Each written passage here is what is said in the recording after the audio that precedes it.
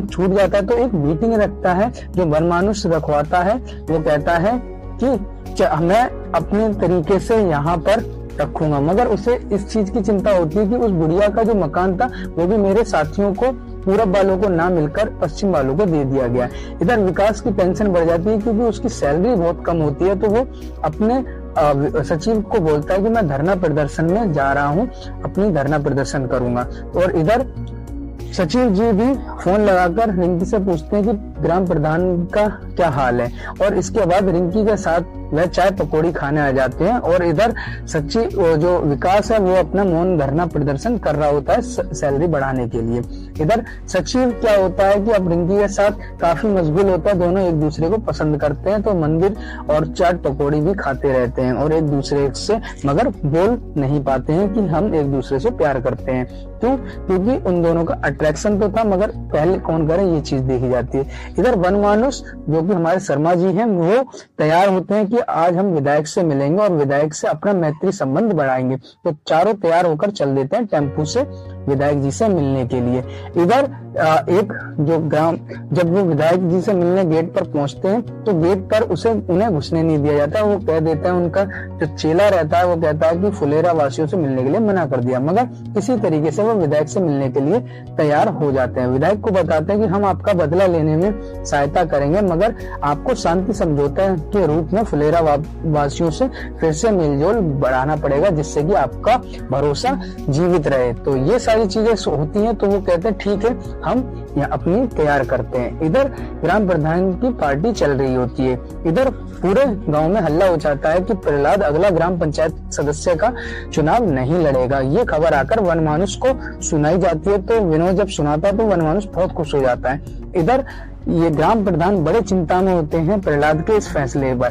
तभी खबर आती है कि वनमानुष ने एक मीटिंग रखवाई है। मीटिंग में जो वनमानुष है वो बताता है कि मैत्री समझौता कर विधायक भी क्या क्या नए नए चूतिया पे करते फिर रहा है, मैत्री समझौता करना चाहता है फुलेरा।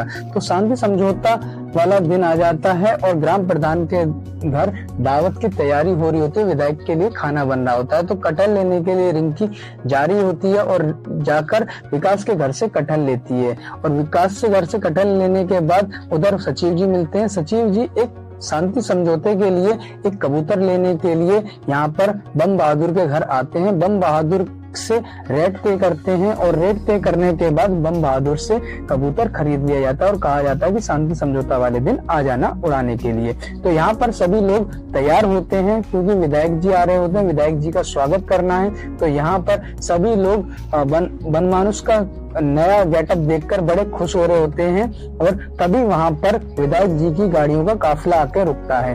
काफिला आते ही वनमानुष अपना हार लेके आगे बढ़ते हैं और विधायक जी जो कि काफी पॉलिटिक्स लेवल के बंदे हैं, वहां पर आते ही उनको माला पहनाने का कार्य करना शुरू हो जाता है। वो अपनी बेटी को भी साथ में लाए जाते हैं। प्रधान जी भी अपना पुरानी बातें भुलाकर माला वगैरह पहनाते हैं।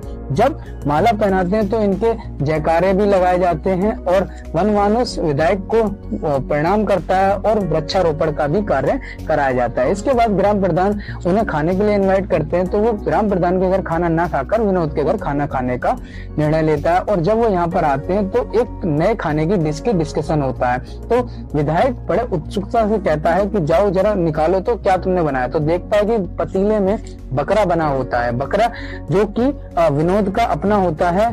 तब जो कि विधायक को मना करा गया था कोर्ट ने खाने के लिए, मगर विधायक अपने लालच में वो बकरा खाते हैं और सभी को खिलाते भी और फोटो वगैरह भी खिंचाते हैं। तो बड़ा खुशी का माहौल बन जाता है।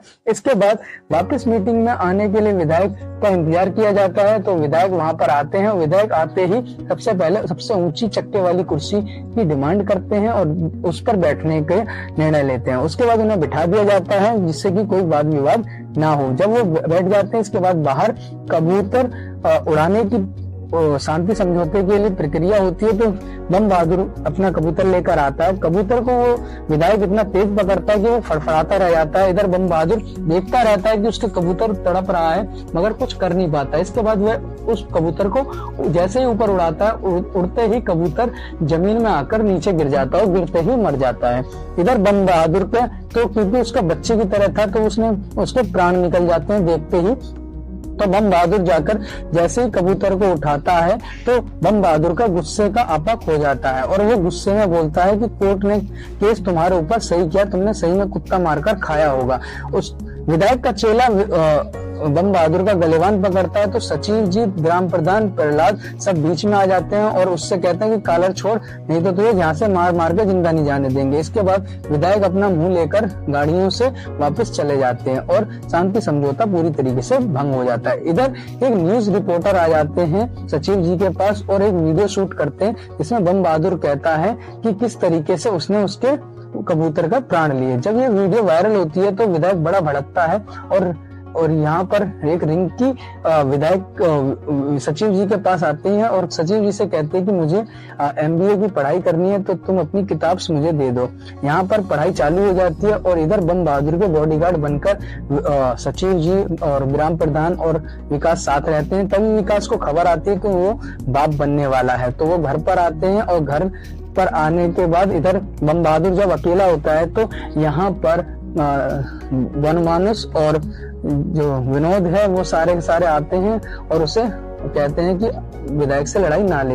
इधर के सीन में जब खुशखबरी कंफर्म हो जाती है हॉस्पिटल से, तो इनके घर में दावत हो जाती है कि बच्चे के जन्म की। तो बच्चे के जन्म की जब दावत होती है, तभी वहां पर देखते हैं कि बम बहादुर आ जाता है एक न्यूज रिपोर्टर के पास और बम बहादुर कहता है कि मुझे एक और वीडियो शूट करना है और जो एक मैसेज उन्होंने भेजा था विधायक ने, उसका जवाब देना, और उसे कह दिया कि मुझे किसी का डर नहीं है। विधायक